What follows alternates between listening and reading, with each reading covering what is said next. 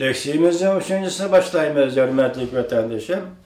Amerika Devlet Meclisi Tayvan'ın Halkara Interpol Teşkilatı, yani Sakçılar Teşkilatı qatnış doğrusidagi qonunlar, yani muhakeme qılıp Mavzulu haber 30. günü Amerika Ovazı'nın Xitay Til programmasida e'lon qilindi. Tayvan'ın Interpol Halkara Sakçılar Teşkilatı kuzatkichi sifatida qatnış doğrusida o'ttirib qo'yilgan qonun loyihasi navbatda Amerika Qo'shma Shtatlari Davlat Majlisining qonun turg'izish tartibiga kirgizildi. Qonun loyihasida Amerika hukumati buning uchun bir taktikali siyosatni tadqiq qilish lozim bo'ldi deyildi. Bu loyihani o'ttirib qo'ygan Davlat Majlisi a'zolari va tahlilchilar Tayvan Interpol qatnashadigan bo'lsa, dunyoviy bexatarlik masalasida bir kamtiklikni yoki bir bo'shliqni toshqazgan bo'ladi.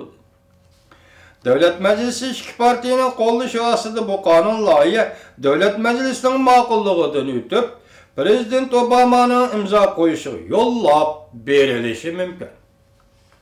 Amerika Qo'shma Shtatlar Davlat Majlisi Avom palatasi Tashqi munosabatlar komitetining qarmog'idagi Osiyo Tinch okean guruhining raisi Matt Salmon Efendi 4-ayning 16 kuni 18:53 numurliq loyiha o'ttirg'i qo'yib, Tayvanning Interpol Xalqaro Sakçılar Tashkiloti kuzatkichi sifatida qatnashishini qo'lga keltirish jihatda bu guruh a'zolarining aktiv faoliyat qilishini talab qildi. Bu qonun loyiha o'ttirib qo'yilgandan keyin Davlat Majlisi Avom palatasi Tashqi munosabatlar komitetining muhokama qilishiga yo'llandi. Salmon Efendi mundaq ko'rsatdi. Bu qonun loyihaning tezlik bilan ma'qullanganligini ko'rib turibman. Salmon Efendi yana mundaq ko'rsatdi. Bu qonun loyiha Davlat Majlisida partiya guruhlaridan alqigan holda qo'llashga erishib qolmasdan o'xshashla ma'muriyat organlarining qo'llashiga erishdi.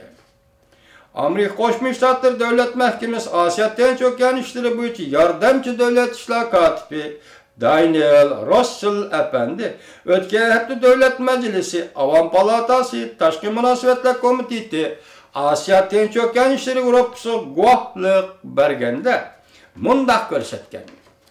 Prezident Obama hukumati Tayvanning xalqaro faoliyat makonini kengaytirishiga yordam berish jihatda izchil aktiv harakat qildi. O'zimizning gapiga kelaylik.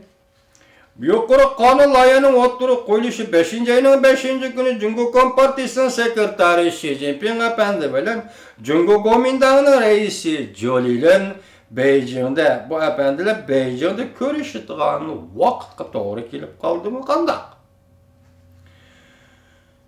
Yoki bir tasodifmi? Uning ustiga 2016-yili Demokratlar Partiyasi Tayvanda huquq beshiga kelish ehtimoli kuchayayotgan paytlarga to'g'ri kelib qoldimi qanday?